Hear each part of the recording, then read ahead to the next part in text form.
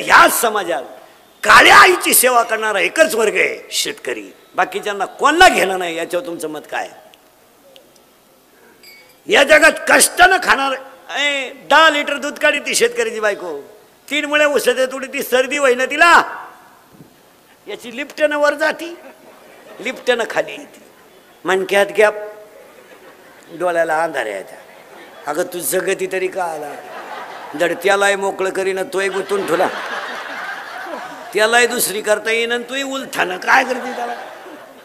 महाराज कष्ट या जगात फक्त शेतकरीच करतो. काय मत आहे तुमचं? बाकी सगळे लबाड. घामाचा पैसा कोणाचा आहे? शेतकरी. आणि हे सगळं राष्ट्र कोणी जगवले?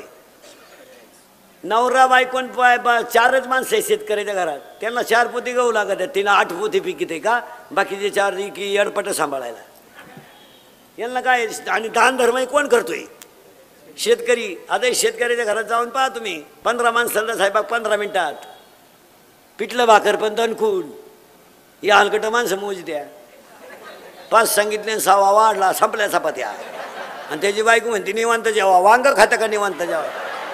एवढ्या चपात्या वाढते का शेतकऱ्याला?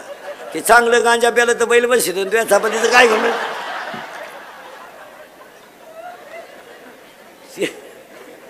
शेतकऱ्याच्या बायकोला 4 ठेवायला हवा. तांब्यातलं पाणी डायरेक्ट पातेल्यात होती ती. हे दरिद्री तसं नाही.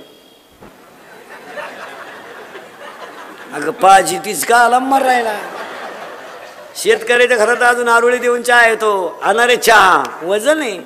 हे हलकटांचं तसं नाही. हे खिडकीजवळ जाते आय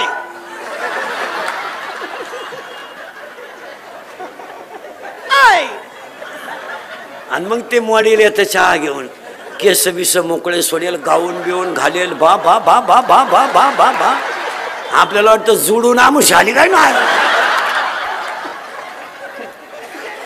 शेतकऱ्याच्या घरात चहा प्यायचं म्हणजे कपातून बशीत. या हलकटांच्या घरात कपात डोकायला लागत. अजून 1 वर्षानं ह्या श्रीमंतांच्या घरात एकच कप येणार सगळ्या पाहुण्यांना. फक्त पाहुण्या पुढं कप न्यायचा आणि पाहुण्याने जिबीचा शेंडा बुडवायचा त्याच्यात.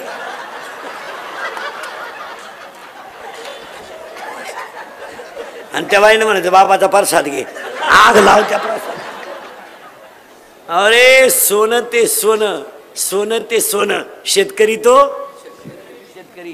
हो आता ऐका, मग ह्या कंपनीची गरज का? तर ह्या कंपनीमुळं एक झालं, थेट विक्रीमुळं त्याच्या वस्तूची किंमत त्याला योग्य मिळाली. कारण शेतकऱ्याच्या आयुष्यामध्ये 2 तोटे आहेत. 1 त्याचं जगणं निसर्गाच्या हातात आहे, आणि 2 त्याने कमवलेल्या मालाचा भाव ठरवण्याचा अधिकार त्याला नाही. आणि या 2 गोष्टीमुळं शेतकरी माग आहे. नाही तर तो कोणालाच खात नाही. शेतकरी फुगीर आहे. त्याला असं कोणचे भोंगे घेऊन बोंबलं तिंडायची गरज नाही. त्याचा गुतलंय म्हणून गंमत झाली त्याची. ते खात नाही कोणला, त्याला काय गरज आहे?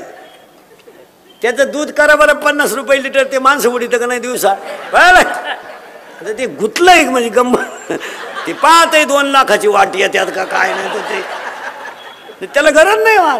महाराज तो मुळात राजा आहे. शेतकरी मुळात त्याला जर योग्य भाव मिळाला ना, आणि शेतीनं जर निसर्गानं साथ दिली ना, ते खात नाही कोणाला. खाईल ते आज कोणाला राम राम घाला येड आहे कधी. ते म्हणते मला साखरपुड्याला येतो का? रोप लावाय आलं नाक लाव त्या साखरपुड्याला झाल. ते फुगीर रे, त्याला गरज नाही. पण ती गंमत आहे झाली. ते गुंतलं 2 गोष्टीत. शेती गेली त्याची निसर्गावर, आणि त्याने पिकवलेल्या मालाचा भाव ठरवण्याचा अधिकार त्याला नाही. आणि ह्या कंपन्यांमुळे निदान एवढा फायदा झाला की त्याचा माल त्याला कटलं तरी विकता.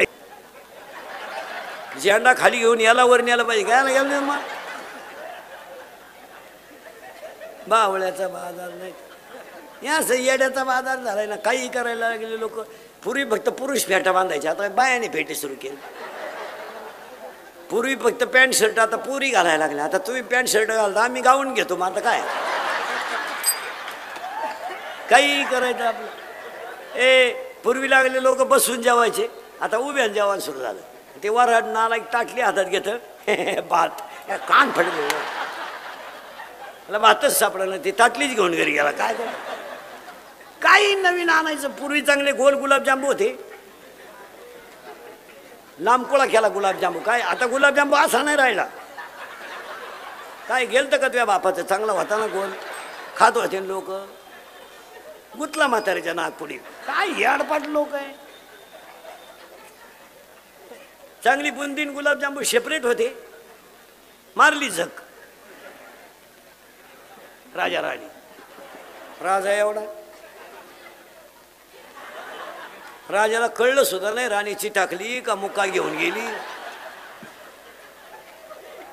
शेतकऱ्यानं पैशाचा वापर जपूनच केला पाहिजे. काय मत आहे तुमचं? आता आज ह्या बिचाऱ्या पाटलाचं कौतुक करावं महाराज, यांनी एवढा मोठा शेतकऱ्यासाठी कार्यक्रम ठेवला ना. आता शेतकऱ्यानं सुद्धा काहीतरी पथ्य पाळली पाहिजे. शेतकऱ्यानं सरकारवर अवलंबून नाही राहायचं, शेतकऱ्यानं लोकांवर अवलंबून राहायचं, शेतकऱ्यानं कष्टावर अवलंबून राहायचं. आता सगळ्या शेतकऱ्यांनी ठरवून टाकायचं, या बिचाऱ्यांचा सत्कार झाला ना, 1 वर्ष असं गेलं पाहिजे का आपण इथं बसलोय ना या खुर्चीत गेलो पाहिजे. आपण असा कांदा पिकवला पाहिजे, आपण अशी मेथी पिकवली पाहिजे, अशी कोथिंबीर पिकवली पाहिजे, असं दूध पिकवलं पाहिजे, दूध उत्पन्न केलं पाहिजे का ह्या खुर्चीवर आपण गेलं पाहिजे. काय मत आहे तुमचं? त्यासाठी पैशाची बचत केली पाहिजे.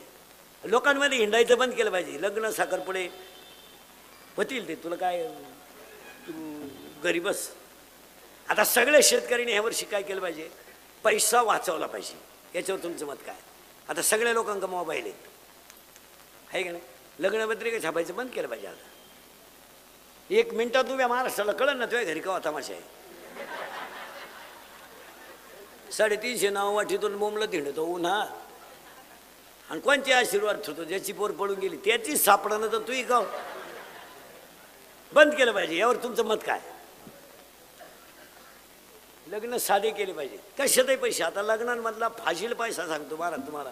सत्कारचे फेटे बंद केले पाहिजे. आता एक फाशील पद्धत आली आपल्याकडे लग्नात. इतका बिंडोकपणा. आशीर्वाद द्यायचं बे वाटत आहे. 10 लग्नांमधले 7 लग्न जुने आहेत.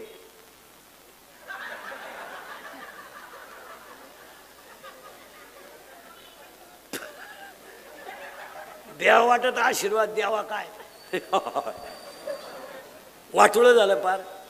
द्यायचंच नाही मला. बंद करून टाकायचं. या गोष्टी कंट्रोल केल्या पाहिजे. आता लग्नात एक पद्धत आली.